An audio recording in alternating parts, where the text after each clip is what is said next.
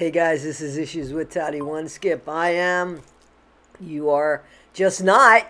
Guys, thank you so much for the PayPals, the Cash Apps, the memberships, the super chats, the subscriptions, the follows, the likes. Guys, a quarter of you aren't subscribed. Please subscribe. Please, come on. Guys, thank you so much. And again, thank you so much for making yesterday, my birthday, so special. And I mean that. That was the second year we celebrated. I had an all-star cast. Do you know that? I had Morbid, who's usually very comfortable on his channel.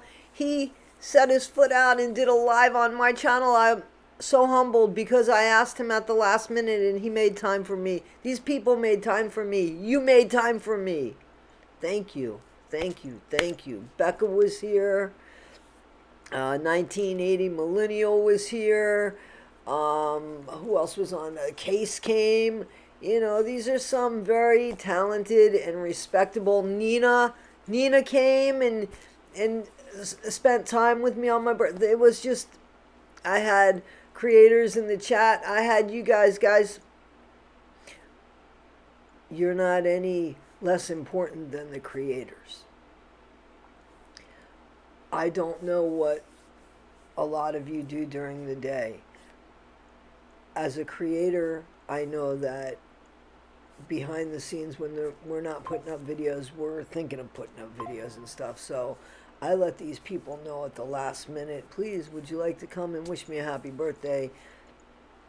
And they came and wished me a happy birthday, no questions asked. And, you know, it's important to show up. It is just important to show up for people. And it's important to be rewarded with friendships and respect and love from people because of the way that we, behave and how we put ourselves in this world, how we show ourselves, yes? So that's going to be my segue to Gypsy Rose Blanchard, who I want to just do some critical thinking here because I also want to start going into other cases as well. But the world in which we live in is just cackadoodly, wonkadoodly, wonkamonkily fucked uply. It is. That's just the way the world is. It's almost like a song from Itty Shitty Bang Bang. You know what I'm saying? So, Chitty Chitty Bang Bang. Let me tell you something, seriously. I was in nostalgic mode. I watched Jaws. I watched Poseidon Adventure on my days off. I had that in the background. Because I was talking to my cousin. My cousin was like, I was telling my daughter about the movies we used to watch. Poseidon Adventure, Bad News Bears, and I was like, yeah, man, I just saw Jaws, so I started watching Poseidon Adventure. It wasn't that long ago I saw the original Bad News Bears again. Classics. That and saying again, Gypsy, we have to use critical thinking when it comes to Gypsy, and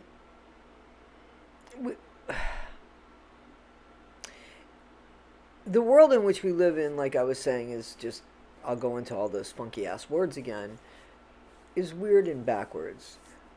We have Diddy, who had everything in the world but wanted to make his world a reality sex game at the expense of using other people as his mechanical toys or his virtual toys, but they were real life people. And people could never believe what was going on there until there was a video leaked when we saw behavior that made us believe any behavior beyond that would be believable. That's what happens, right? Then we have a woman who basically didn't want to be bothered with having X with her boyfriend, so she let her 8, 9, 10, 11, 12, 13-year-old daughter until the little girl was unalived. I'm watching a case now, the Karen Reed case, where I believe a woman is being set up by authorities. What world do we live in? And then we have Gypsy Rose Blanchard, who is giving us content, but also the only reason why she has any relevance is because she unalived her mom. That's it. Otherwise, we wouldn't know who she is. Here's the thing. There are a lot of people, unfortunately, in this world who are victims of abuse at the hands of their mom, if it's true to be abuse. If we're to believe that Gypsy suffered Munchausen by proxy, we would have to disregard everything that is real, all of the facts that show she actually was a very sick child with a microdeletion that they would only come to find out later about. And the exact microdeletion, they would find out even later than that. So much of the signs that Gypsy wasn't inventing on her own, like the numbness in her legs and the not being able to walk and all of that, were legitimate. So the surgeries, therefore, were legitimate. The anxiety of her mom, the concern of her mom, legitimate. The tests, legitimate. She would, again, grow out of a lot of these ailments. But nobody knew that at the time. And because there was no resolution right away, there were a lot of things, I can only assume, thrown at Dee Dee, and a lot of what ifs and a lot of hypotheses that probably made her very, very nervous. And all she had in this world was her daughter. That was it. Was there a grift? Yes, there was a grift. There was an embellishment, but not near anything like Munchausen by proxy.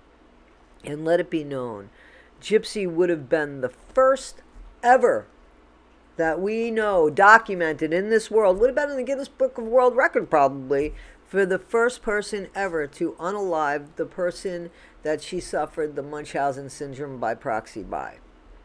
Because no other person who has suffered Munchausen syndrome by proxy has unalived the person that put them through it. Nobody else. Gypsy is not that effing unicorn, guys. She's not. Because there was never any Munchausen. Dee Dee would have had to have made Gypsy sick. That's not true. Dee Dee didn't ABUSC Gypsy at all. There is absolutely no proof of that. Not by anybody that saw anything, not by anything found in the house. It's actually the reverse. The house was totally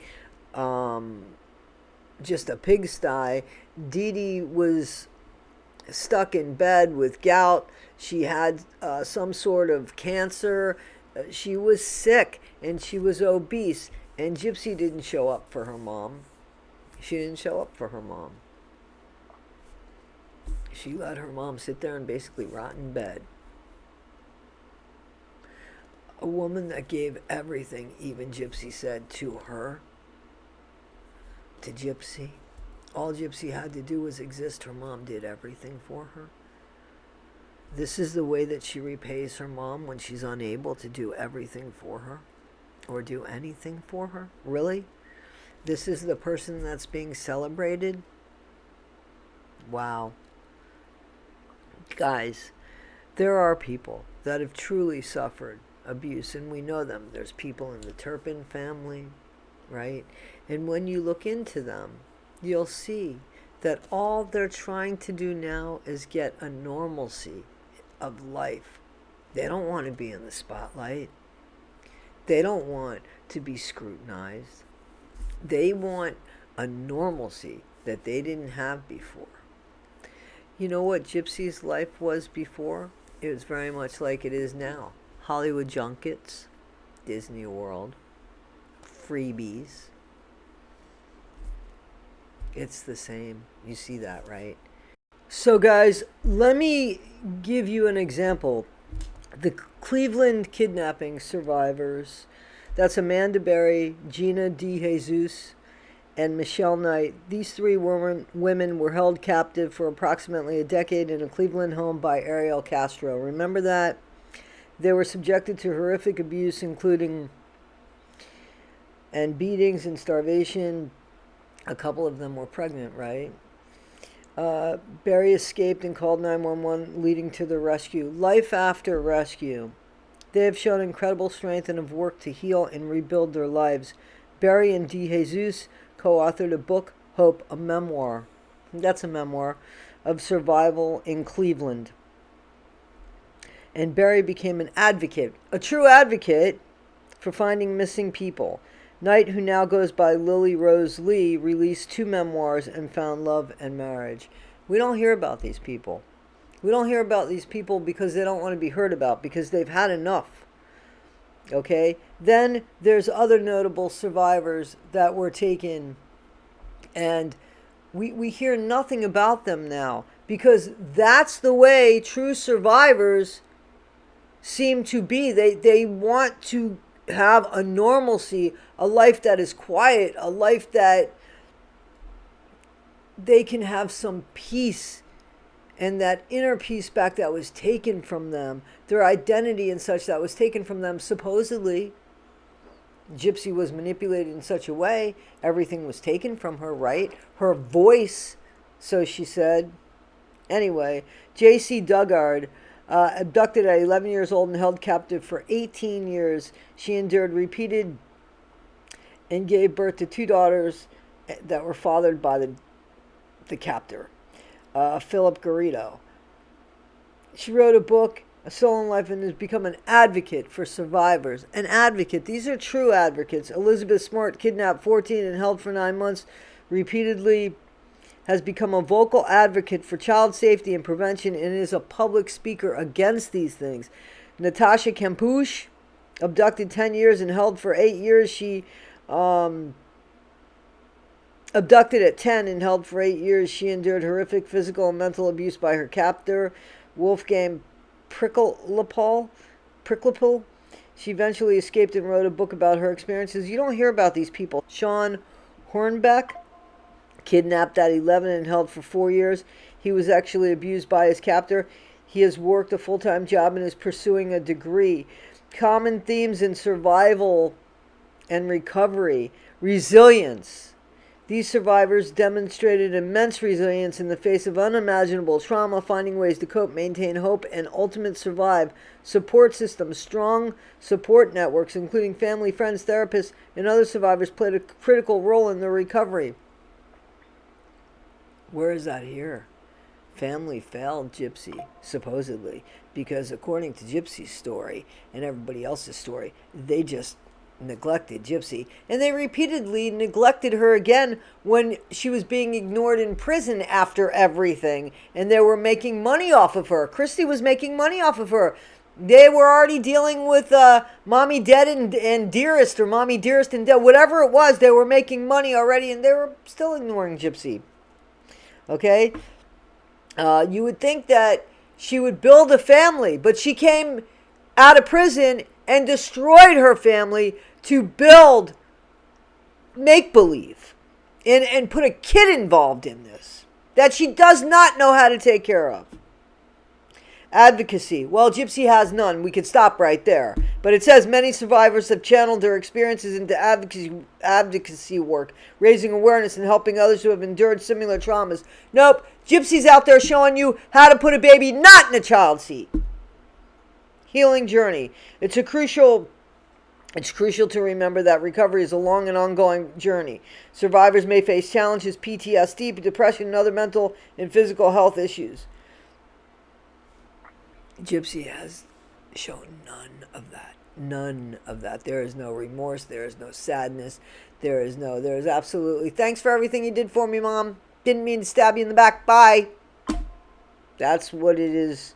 That's what happened there. There's so many other cases too.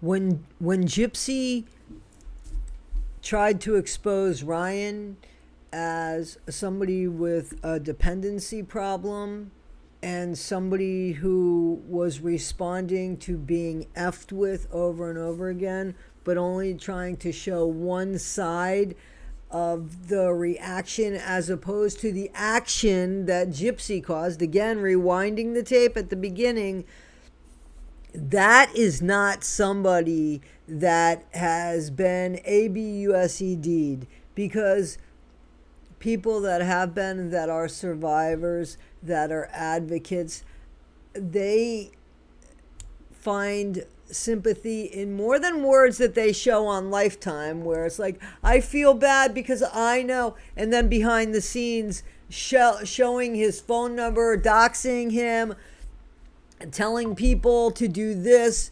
exposing reactions as actions. That's not somebody who has suffered any kind of trauma. That's somebody that has caused it. And that's who Gypsy is. She is evil. She is evil into the veins. And I believe 100% that the family around her knows that. I don't think that Gypsy has the baby as often as she makes us believe it. A few of you guys have reached out and said, hey, Toddy, the baby looks like a doll. Hey, Toddy, I think that the baby she has is a doll. What about the R that was stamped in? Yeah,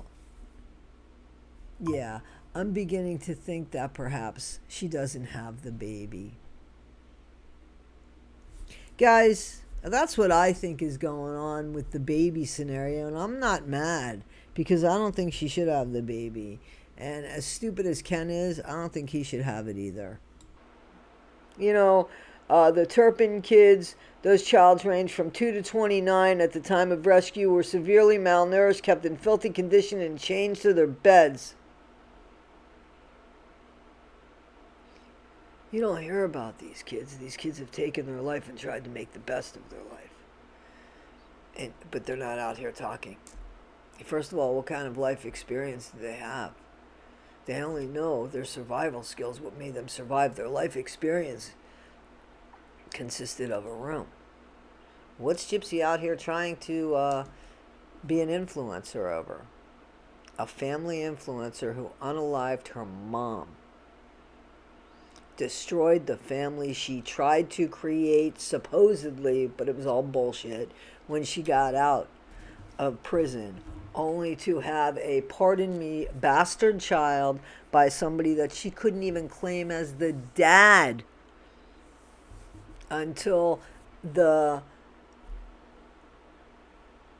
dad on the birth certificate decided to say, okay, I'll go ahead and do a DNA and prove that I'm not the dad. And he got shit on for not moving at their pace, for being petty, for being, what did Ken call him? Yet Ken went ahead behind this man's back and started picking to get Gypsy back. And picking, in the meantime, he left Gypsy in prison.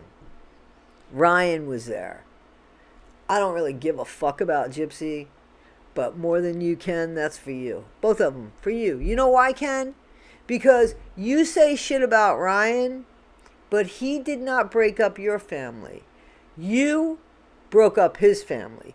You didn't wait, and you could have. You could have waited. You could have said, Gypsy, let's wait. Just get your divorce from Ryan. Let's make sure. Go live with your parents. Get your divorce from Ryan. Make sure it's what you want. That's what somebody who loves somebody would do. And if we remember correctly, supposedly that's why he broke up with her, so that she could be free to experience things. So why didn't he say, listen, I love you, but I need you to just please we could date. Just, if you want to be with me, I do want to be with you. Just go ahead, take a separation, make sure it's what you want. That's not what he did. That's not what he did at all. He allowed her to go from his bed, which she has supposedly had sex with Ryan the day before she left, into your bed, I guarantee you, that night, Ken. That night. So, you didn't do anything. What you did do was leave somebody who had 2 more years in prison because you didn't want to wait for her. That's what you did do. Not jump into bed with them, impregnate them, blame it on the woman as if she did it all on her own. So, you know what? You are the people that you're with. So, yeah, Ken, that would be you. And remember, and I want to just keep saying this over and over and over again because it has gone on and on in my head now. Nick, go to John, the guy who's in prison for life. He didn't find Gypsy's appearance enough to make his little pee-pee work. You guys wrote, fawned over, and fell for somebody that even the guy that you make fun of couldn't get aroused for. So, what do you think of that? Guys, this is Issues with Toddy One Skip. I am Toddy One Skip, and you are not. And I thank you so much for allowing me to be part of your day as usual, guys. Take care, and hit me up at toddy1skip@gmail.com. I'm a little behind on my emails. But guys, I so thank you so much. I truly do. Be better today. Okay? Thanks, guys.